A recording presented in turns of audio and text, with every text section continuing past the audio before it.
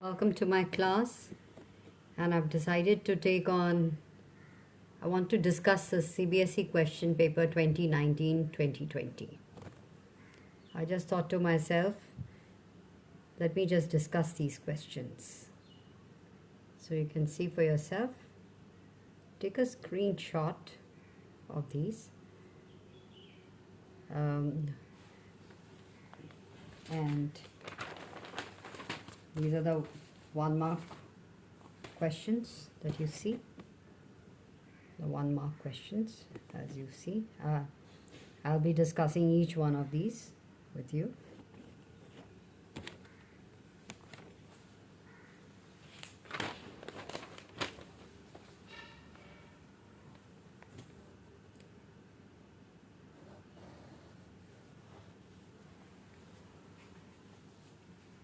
So welcome to my class, and in this, let me just tell you that I'm going to discuss these questions. See, the important thing is that as the exam approaches, you should be conversant with the questions of the years gone by. Even if it is 5 years by, it's good enough. You get a good idea. Now, you can download questions from cbse.net.in. From there, you can get the questions. And now the important thing is that we have objective type questions, both from macroeconomics and Indian economy. So today I will be doing part 1, part A. Okay, so let me just, I've written the rest of them here. And okay, now let's just take the first question. Short answer questions are for 1 mark each. तो जो पहला question है, it relates to, now look at this. To reduce credit availability in the economy, the central bank may, and you have to choose the correct alternative. Alternative answers देखना. A, buy securities in the open market, sell securities in the open market, reduce reserve ratio, या reduce repo rate. अब आपने थोड़ा भी पढ़ा होगा तो आपको पता चलेगा कि अगर बाकी जो सिर्फ वो बी पे जिसमें मैंने टिक लगाया, that is the correct answer, क्योंकि जब सेल करेगा सिक्योरिटीज़ ओपन मार्केट में तो उसके पास पैसा आ जाएगा. उतना पैसा जो क्रेडिट है इकोनॉमी में वो कम हो जाएगा, उससे वो कम हो जाएगा. लेकिन अगर वो बाय करेगा सिक्योरिटीज़, अगर वो ख़रीदेगा किसी से, तो क्या होगा, उससे क्रेडिट अवेलेबिलिटी बढ़ जाएगी, लोगों के पास ज़्यादा क्रेडिट आ जाएगा. उसी तरह से रिड्यूस रिज़र्व रेशो या रेपो रेट रिड्यूस करेगा तो बढ़ जाएगा इकोनॉमी में. अब सेकंड क्वेश्चन देखते हैं. ये फिल अप द ब्लैंक है. फिल अप द ब्लैंक में जस्ट देखना कि dash deficit includes interest payment by the government on the past loans. So you have to think and write. तो it's the fiscal deficit. Fiscal deficit में या revenue deficit भी लिखेंगे तो सही है. इसमें जो है interest payment by the government जो है past loans का, वो include होता है. It is included. Okay. Now third question है. Look at the third question. The third question says कि state whether the following statement is true or false. Inventory is a stock variable. तो you must have seen कि inventory जो होता है जैसे raw material वगैरह, it is actually a stock. Closing minus opening stock. It's a stock. It's measured at a period of time. ठीक है, इसलिए ये stock variable है. अब fourth question देखना. fourth question में लिखा हुआ है कि which of the following is not a factor payment. आपको ये बताना है कि फैक्टर पेमेंट होता क्या है. That means when you are given a payment for what you have done, जो आपने जिसके बदले में किसी के समथिंग फॉर समथिंग, किसी के लिए आपने कुछ किया, उसके बदले में जो आपको पेमेंट मिलती है, वेजेस हो सकते हैं, रेंट हो सकता है, इंटरेस्ट हो सकता है, प्रॉफिट हो सकता है। तो यहाँ पे जो हम देख रहे हैं, free uniform to defence personnel, ये वेजेस एंड सैलरीज में आ जाएगा, ठीक है, इन कैश एंड काइंड में आ जाएगा। Then rent paid to the owner of the building, again rent तो है ही है, ठीक है, रेंट हो जाएगा आपका, फैक्टर पेमेंट हो गया। For rent is paid for what, use of land. Salaries to the member of parliament, क्योंकि वो कुछ दे रहे हैं हमें इसलिए उनको सैलरीज मिल रही हैं। ऑन स्कॉलरशिप गिवन टू जो है टू द स्टूडेंट्स, ये जो है एक ट्रांसफ़र पेमेंट है, इसलिए इट इज़ नॉट अ, ये फैक्टर पेमेंट नहीं है, इसलिए it will not be included, ठीक है। तो फिफ्थ में देखेंगे, फिफ्थ क्वेश्चन में है कि या ये वाला फिफ्थ क्वेश्चन में क्या लिखा है कि in case of under employment equilibrium which of the following alternative is not true, कि ये इनमें से कौन सा ऑल्टरनेटिव सही नहीं है, ये बताना है। देखो, अंडर एम्प्लॉयमेंट इक्विलिब्रियम में एग्रीगेट डिमांड भी will be equal to aggregate supply, सही है। फिर they exist excess production capacity in the economy, अगर ये भी सही है कि अंडर एम्प्लॉयमेंट इक्विलिब्रियम है तो क्या है, तो और भी प्रोड्यूस कर सकता है इकॉनमी, तो ये भी सही है। Resources are not fully and efficiently utilised, ये भी सही है, क्योंकि पूरा यूटिलाइज होगा तो फुल एम्प्लॉयमेंट इक्विलिब्रियम होता है। और डी है resources are fully and efficiently utilised, ये गलत है कि resources are fully and efficiently utilised. अगर फुल्ली एंड एफिशिएंटली यूटिलाइज्ड होता तो फुल एम्प्लॉयमेंट इक्विलिब्रियम होता है। So state whether the following true statement is true or false, sorry, इसमें आपने बताना कि which of the following alternative is not true, तो यही नॉट ट्रू है।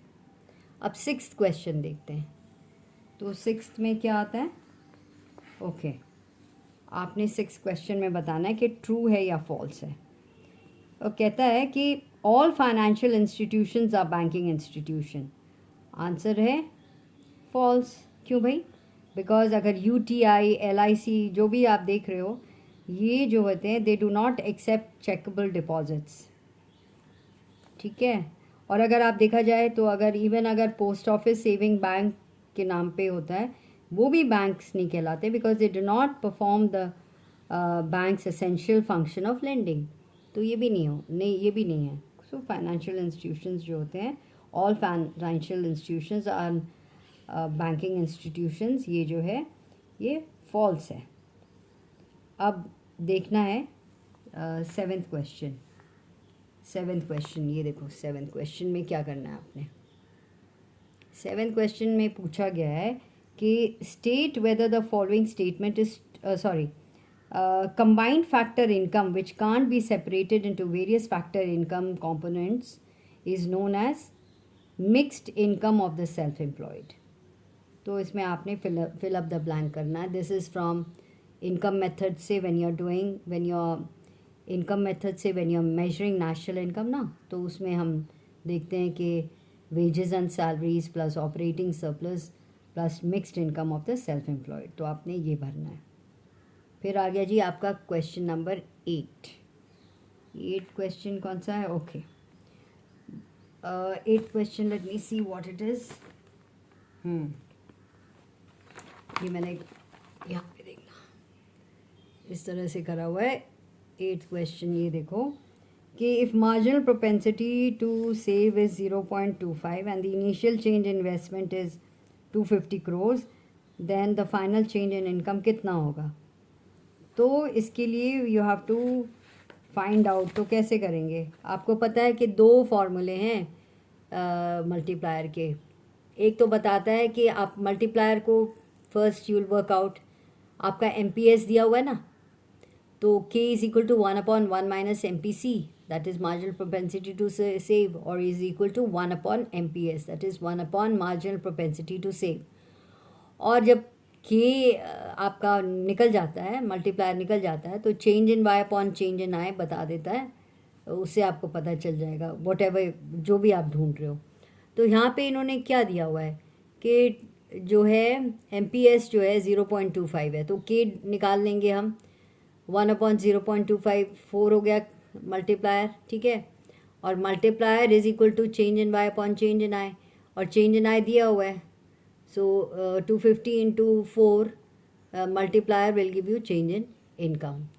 So it is multiplier times investment is multiplier times change in income. So that is how जो answer मिलेगा वो है ₹1000 crores.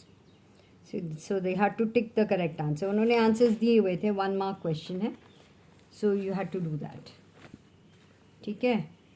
अब 9th क्वेश्चन था, you have to एक्सप्लेन कि पब्लिक गुड्स क्या होते हैं।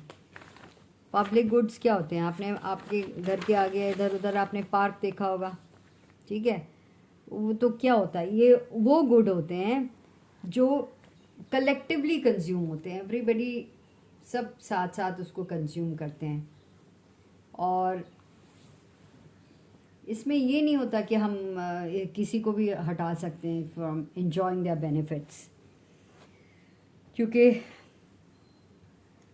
और एक आदमी के कंजम्पशन से दूसरे की अवेलेबिलिटी, उसकी अवेलेबिलिटी दूसरों के लिए कम नहीं होती, ठीक है। तो ये 9th क्वेश्चन है, public goods are free for all. और आप और भी कुछ एक्सप्लेन कर सकते हो तो दे सकते हो। अब 10th जो है वो क्या है, वो है net domestic fix capital formation plus change in stock. आपने इसको इसका भरना है, फिल अप द ब्लैंक करना है। तो इसका क्या क्या निकलेगा, इट विल बी, देखो fix capital formation plus change in stock क्या होता है, नेट डोमेस्टिक कैपिटल फॉर्मेशन, ठीक है। या फिर उन्होंने एक न्यूमेरिकल सा दिया हुआ है कि when national nominal gross domestic product is इतना, so let me see, I've done it for you. इसमें बस फार्मूला पता होना चाहिए, अगर फार्मूला पता है तो आप कर सकते हो, नहीं तो नहीं कर सकते हो। और ये 1 मार्क का क्वेश्चन है, कुछ है ही नहीं इसमें। So if you know the formula you can do it. तो इन्होंने नॉमिनल ग्रॉस डोमेस्टिक प्रोडक्ट दिया हुआ है as ₹840 crores and price index दिया 120, ठीक है। So price index is equal to nominal GDP upon real GDP into 100। बस आपने वैल्यूज़ डालने हैं और आपको क्या जो है उसमें आपके 4 ऑप्शंस दिए हुए हैं, आपने वैल्यूज़ डाले और आपने देखा हो गया। और कितना है, 700 इज़ द आंसर, ₹700 crores, ठीक है। Now you can look up on the board. ये सारे जो क्वेश्चंस थे ना, these were for 1 mark questions, they were short, very short answer questions. अब 11th वाला देखते हैं, subsidies to the producers should be treated as transfer payments. ये जो सब्सिडीज़ दी जाती हैं प्रोड्यूसर्स को, इसको हम फैक्टर पेमेंट्स नहीं मान के, हम इसको क्या बोलेंगे, इसको हम कह देंगे कि ये जो होती हैं ये होती हैं ट्रांसफ़र पेमेंट। सही है कि गलत है, ये आपको फाइंड आउट करना है, ठीक है। इसको आपने एक्सप्लेन, डिफेंड करना है या रिफ्यूट करना है। ये जो स्टेटमेंट है ना, ये डिफेंड कर सकते हैं हम कहते हैं सही है। और रीज़न क्या है, और हम कहते हैं सब्सिडी ट्रांसफ़र पेमेंट है, क्योंकि सब्सिडी जो है it is a financial assistance. ये जो है इट इज़ गिवन, ये एक तरह का हमें जो गवर्नमेंट है प्रोड्यूसर्स को थोड़ा पैसा देती है, असिस्ट करती है टू प्रोड्यूसर्स, ताकि वो अपना जो गवर्नमेंट का सोशल वेलफेयर का ऑब्जेक्टिव है ना उसको पूरा कर सके। अगर वो चाहती है कि कोई चीज़ जो उसे खादी होना चाहिए, तो जो खादी बना रहे हैं उनको वो फाइनेंशियल असिस्टेंस देगी। And government does not get anything in consideration for the same, उसके लिए उस गवर्नमेंट को कुछ नहीं मिलता उसमें। सो दैट मीन्स ये जो सब्सिडी है ना, it does not contribute to the current flow of goods and services and hence do not contribute to any value addition। तो इसमें कोई वैल्यू एडिशन नहीं होती इस तरह से, इसलिए हम इसको सब्सिडी मानते हैं। we take it that it's being given as a help, financial help to the producers concern as its objective of social value. फिर जी एक क्वेश्चन आता है कि उसका और भी है, उसका और पार्ट है कि वो कहते हैं जी कि explain the circular flow of income in a two sector economy. Two sector economy क्या होता है? Firms and household. अब इसमें इनकम का फ्लो कैसे होगा? तो two sector model consist of production sector and household sector, ऐसे लिख लेना। And household are the owners of factors of production. ठीक है, ओनर्स हैं इसलिए सप्लाई करते हैं, they supply factor services to the production sector. So land labour capital enterprise they give it to them. अब क्या करता है the production units in return, उसके बदले में they make factor payments, they give factor payments, wages rent and interest and profit देते हैं। तो household spends the entire income on the purchase of goods and services produced by the firms, और उसी पैसे से जो उनके पास आता है उसी से कंज्यूमर जो है अपना कंजम्पशन डिमांड पूरा करता है। So consumption expenditure flows from household to firms. तो इस तरह से एक circular flow of income complete हो जाता है। ठीक है, you can make the diagram और you can explain it, just listen to what I have said, you can write it down. Question 12 देखते हैं। See I have also written the marks over there. So question 11 and 12 जो है दे are for 3 marks. So वहाँ पे question 12 में आ गया, ये 3 marks का क्वेश्चन है कि calculate gross value added at market price. तो ये भी, so this is the data given, okay. So this is the data which is given there कि you have to calculate gross value added at market price.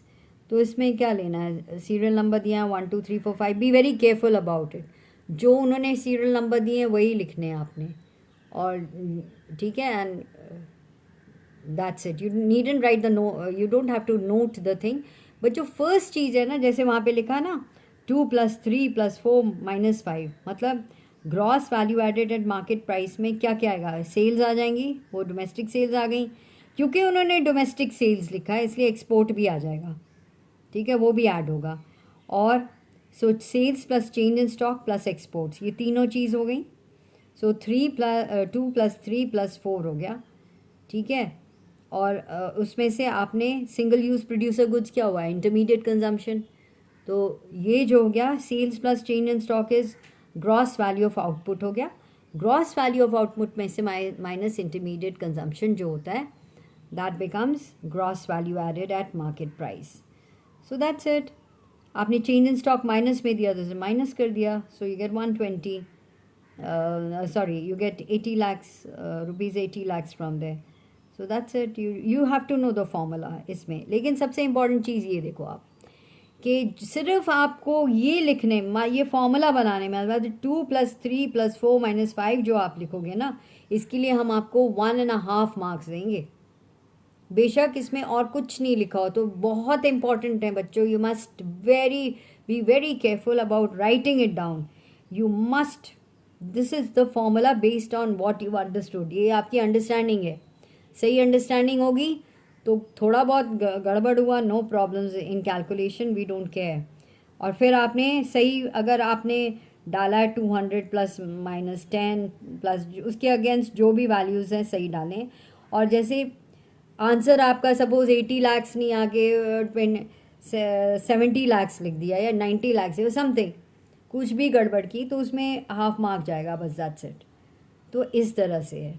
So major marks is not just on your answer, the most important thing is इसमें आपने बहुत बहुत ध्यान देना है जो भी आप सम करोगे, कि जो 1 + 3 + जो भी लिखा हो ना, जो आपने फॉर्मूला बनाया है, जो आपको सम दे के आपने फॉर्मूला बनाया, उसमें सबसे ज़्यादा मार्क्स होते हैं। सो बी वेरी केयरफुल, ठीक है। 13 क्या है? Taxation is an effective tool to reduce the inequalities of income, justify the given statement with valid reason. ये 13 जो क्वेश्चन है आपने यहाँ पे देखा है ना, ये 13 जो क्वेश्चन आपने देखा है, ये 13 क्वेश्चन।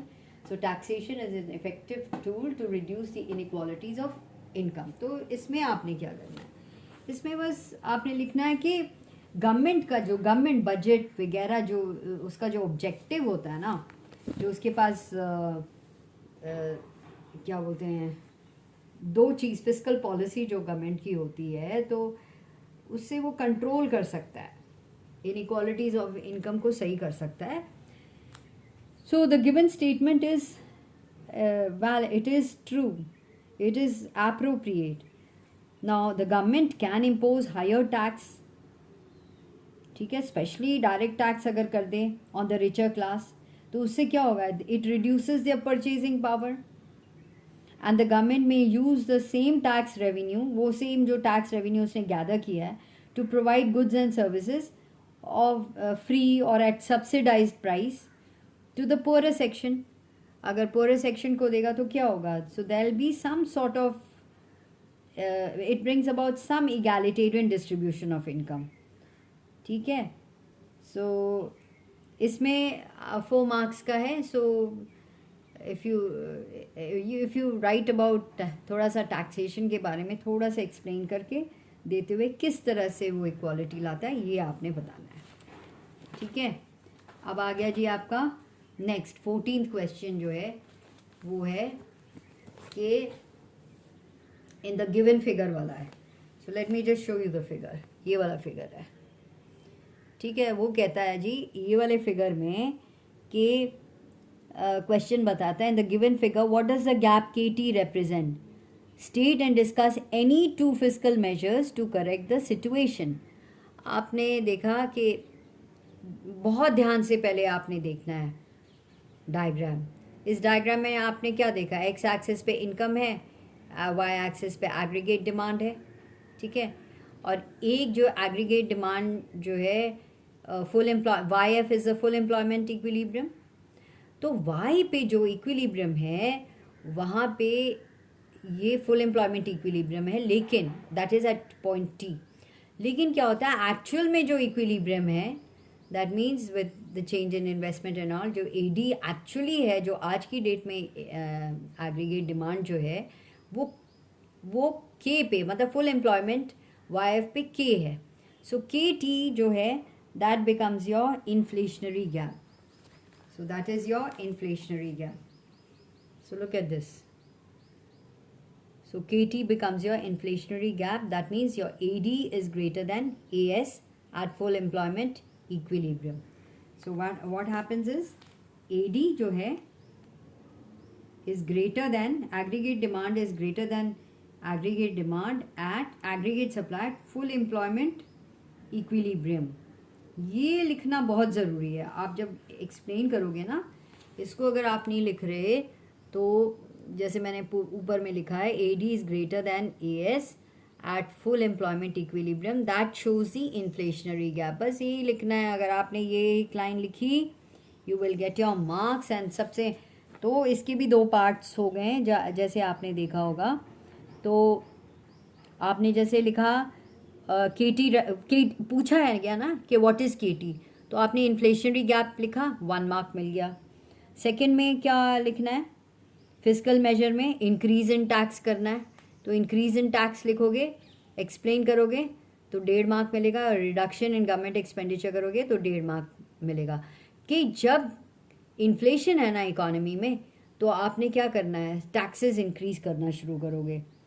तो जब आप टैक्स इंक्रीज़ करोगे तो क्या होगा, परचेजिंग पावर जो पब्लिक के पास है, that means this will reduce the purchasing power in the hands of the public, which in turn will reduce the aggregate demand in the economy.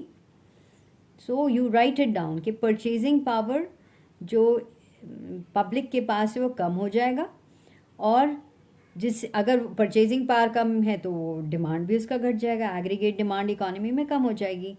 And to bring it to equal to, फिर aggregate supply तक वो नीचे आएगा. ठीक है, और next जो आपने दिखाया फिस्कल मेजर जो है गवर्नमेंट के पास, रिडक्शन इन गवर्नमेंट एक्सपेंडिचर. जो गवर्नमेंट एक्सपेंडिचर है ना, to curb the inflationary gap, जो गवर्नमेंट है वो अपना नॉन डेवलपमेंटल एक्सपेंडिचर को रिड्यूस करेगा. सो अगर वो रिड्यूस करेगा तो क्या होगा, परचेजिंग पावर जो होगा लोगों के हाथ में वो कम हो जाएगा. सो परचेजिंग पावर जब कम हो जाएगी तो एग्रीगेट डिमांड कम हो जाएगा इकोनॉमी में, and which will bring it down to aggregate supply. Why is it not so clear? Okay. सो ये होता है. फिर आप आगे जी नेक्स्ट क्वेश्चन कौन सा है? Question number 15. अब क्वेश्चन नंबर 15 में क्या है? लेट मी जस्ट सी कौन सा है इसमें, और तो नहीं है कोई? नहीं. So we have question number 15. Discuss the function of central bank as banker, agent. So banker, agent and advisor to the government. So you have to discuss the function of central bank. Again, this is for 4 marks. तो इसमें आपने क्या करना है? बस just इसमें तो simple सी बात है. यू हैव टू नो कि what are the functions of the central bank. सी इम्पॉर्टेंट थिंग इज कि कभी कभी they ask you are direct, मतलब एकदम they make sure that you know all the functions. So they just asked you कि भाई banker चाहिए, agent and adviser to the government चाहिए और कुछ नहीं चाहिए. ठीक है. तो आपने लिखना था गवर्नमेंट का बैंकर से सेंट्रल बैंक जो है वो एक्सेप्ट करता है receipts and makes payment on behalf of the government. Behalf of the government ये सारा करता है जिस तरह से एक बैंकर करता है. और so it lends loans to the government. ठीक है. लोन गवर्नमेंट को देता है फॉर डिफरेंट पर्पसेस. और एजेंट और एडवाइज़र टू द गवर्नमेंट में क्या करता है? वो गवर्नमेंट का पब्लिक डेट मैनेज करता है. ठीक है. और उनके जो पॉलिसी मैटर्स हैं, क्या करना चाहिए इन्फ्लेशन डिफ्लेशनरी सिचुएशन में, या अगर उनका फिस्कल डेफिसिट ज़्यादा है या रेवेन्यू डेफिसिट ज़्यादा है, क्या करना चाहिए. So it does a lot of advisory function भी देता है उसको. पॉलिसी मैटर्स पे एडवाइस बहुत देता है. ठीक है. The next is 16. अब ये 3+3 मार्क्स का है. ठीक है. 6 मार्क्स का क्वेश्चन है बट ए एंड बी में डिवाइडेड है. So we have to just say 16 marks का ये वाला क्वेश्चन जो था बहुत लोगों ने बहुत अच्छे से आंसर नहीं किया था. जैसे हम लोग लास्ट ईयर जब बच्चों ने बताया था कि भाई जब आए थे एग्ज़ाम देके कि जैसे ये वाला क्वेश्चन बहुत अच्छा नहीं गया. ये था कौन सा सेट है? ये वाला सेट 1 था. तो सेट 1 का ये क्वेश्चन जो जनरली हमने देखा था, तो इसमें अच्छा differentiate between concepts of demand for domestic goods and services and domestic demand for goods and services. तो इसमें कुछ ज़्यादा नहीं है but you have to you पढ़ा तो सबने होता है बट वहाँ पे आदमी कंफ्यूज हो जाता है. तो पहला जैसे differentiate between concept for demand for domestic goods and services and domestic demand for goods and services. तो इसका था कि जो demand for domestic goods and services है ना, that is the sum total of demand for goods and services by both the domestic and foreign countries.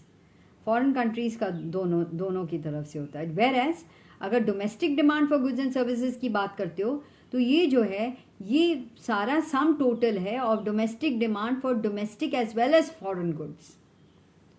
ठीक है. सो ये बस डिफरेंस था और इसके 1.5 मार्क्स से आपके 3 मार्क्स हो जाते थे. So that is the basic difference. Once again let me just tell you कि demand for domestic goods and services जो था, it is the sum total of demand for what? For goods and services by both domestic and foreign countries. ठीक है. Then domestic demand for goods and services क्या है? It's the sum total of domestic demand for domestic as well as foreign goods. बस इस तरह से था. So इसमें you had to be a little high order thinking question I can put it as. इस तरह से था. थोड़ा सा अगर जिन्होंने ये वाला आंसर किया था they almost got 100% in their paper. अब नेक्स्ट था जैसे क्वेश्चन है distinguish between current account deficit and current account surplus. ये भी है बी पार्ट. ये था distinguish between current account deficit and current account surplus. तो इसमें क्या देखा गया है कि ये बैलेंस ऑफ पेमेंट से है ना ये क्वेश्चन जो है, तो ये बैलेंस ऑफ पेमेंट से है.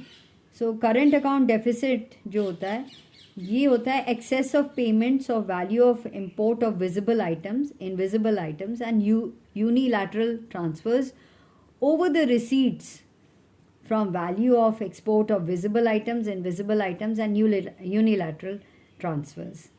ठीक है, so you have just go through the balance of payment, एक बार देखो, बहुत सिंपल है. और जो करंट अकाउंट सरप्लस होता है ना, वो क्या होता है, वो एक्सेस ऑफ रिसीप्ट्स.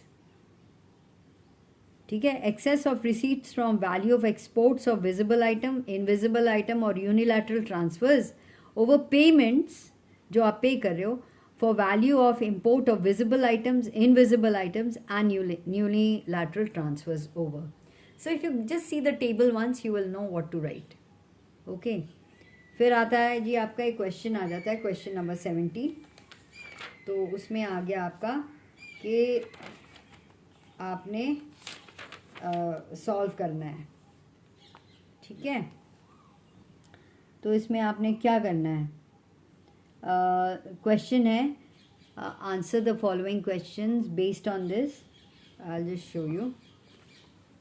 ये वाला क्वेश्चन जो है क्वेश्चन नंबर 17, ये वाला क्वेश्चन नंबर 17 है. तो इसमें आपने क्या करना था कि ये वाला डेटा दिया हुआ है कि प्लान इन्वेस्टमेंट 100 करोड़ है और जो कंजम्पशन है is equal to C dash plus MPC into Y, that is 50 plus 0.50 into income. Now what you have to do is you have to determine the equilibrium level of income. B है calculate the value of savings at equilibrium level of national income. And third है C is calculate the level of investment multiplier. तो let's just start with C. बहुत simple है क्योंकि अभी C में तो कुछ करना ही नहीं है. तो you just C वाला क्या था, 1/1 minus MPC. तो क्या होता है, is equal to 1/0.5 is equal to 2. ठीक है, तो 0.5 दैट इज़ 10/5 इज़ 5 इज़ 2. सो जो आपका वैल्यू ऑफ इन्वेस्टमेंट मल्टीप्लायर है वो 2 है, ये वाला जैसे मैंने दिखाया है. ठीक है, अब आपने क्या करना है, at equilibrium we know that AD is equal to income, है ना. At equilibrium aggregate demand will be equal to income and income is equal to C plus I, consumption plus investment. So income is equal to C, that is 50 plus 0.5y plus 100. Investment is given. So y minus 0.5y एक जगह ले आओ is equal to 150. So y is equal to 150 upon 0.5 is equal to rupees 300 crore. So equilibrium level of income जो होगी that is equal to 300 crore. So equilibrium level of income इतनी आ गई. ठीक है, सो ये आ गया आपका. Then consumption at equilibrium level of income is क्या होगा, तो उसमें S is equal to minus C plus 1 minus BY and saving is equal to minus 50 plus minus 0.5 plus 0.5 into 300. Income जो निकल गया आपका. ठीक है, so saving is equal to ₹100 crore. And you can do it with the other method also if you want to. ठीक है, तो saving जो है you have to find out, calculate the value of savings at equilibrium level of national income and that is equal to ₹100 crores. Okay, और इसका जो B part है, इसका भी 3.3 and 3 था. इसका जो B पार्ट है क्वेश्चन का, डिस्कस द वर्किंग, ये वाला है, discuss the working of the adjustment mechanism and the following situations. A पहला जो है, if aggregate demand is greater than aggregate supply. ठीक है, ये 3 marks का है. और B है if ex ante investment are less than ex ante savings. ये देखना है आपने. ठीक है, ये 3 and 3 marks का है. तो इसमें ओके, हाँ वो लिखा तो हुआ था. Okay, I thought I haven't written. तो ये 17th क्वेश्चन जो है ये भी 6 मार्क्स का है, 3 and 3 है. तो सिंपल सी बात है. By the way, when we are doing Keynesian economics is always ex ante means planned, ex post is realized. So अगर देखा गया कि AD जो है इज़ ग्रेटर देन AS, तो इसका मतलब है कि जो बायर्स हैं ना, पीपल हु आर बाइंग, जो डिमांड कर रहे हैं ना, they are planning to buy more. They want to buy more than what the producer, जो producer ex ante means plan, what the producers are planning to produce. इसलिए क्या होगा, जो इन्वेंट्रीज जो है प्रोड्यूसर्स की वो गिरनी शुरू हो जाएंगी. तो इस तरह से so the inventories in hand of producers may fall. So as a result producers may plan to raise output and employment. then they would want to increase the output and employment, increase करना चाहेंगे वो. ठीक है. So then this mechanism, और ये तब तक चलता जाएगा, this mechanism will continue to operate till the two forces become equal. Okay. Now B लेते हैं. If ex ante investment is less than ex ante saving, तो इसमें क्या होता है, अगर ex ante saving कम है, ex ante investment कम है, ex ante saving से मतलब लोग ज़्यादा सेव कर रहे हैं. मतलब ex ante means plan. इसका मतलब है बायर्स जो हैं they are planning to buy less. Save करेंगे तो खरीदेंगे कम then what the producers are planning to produce. फिर क्या होगा, thus the unplanned undesired inventories जो हैं in hand of producers में increase, वो राइज करना शुरू करेगी. as a result producers जो हैं वो reduce कर देंगे output and employment. as a result producers may plan to reduce output and employment, and this will continue. ये mechanism चलता रहेगा till when both the forces become equal. So this is what we've done for section A, and I'll continue in the next class, that is Indian economic development. I'll discuss this as section B. So once again, please in your notebooks write down these answers. समझो पहले जो मैंने बताया. Open your books, see what I've explained, make those notes and write all these questions. This is your homework. It is not easy, and try and understand what I've said. Match it with the books that you have at hand. उसके साथ notes बना के ये आपका शुरू होगा. तो इसी तरह से फिर आप दूसरे पेपर्स भी CBSE के जो पेपर्स हैं वो you must do that, should start answering that way.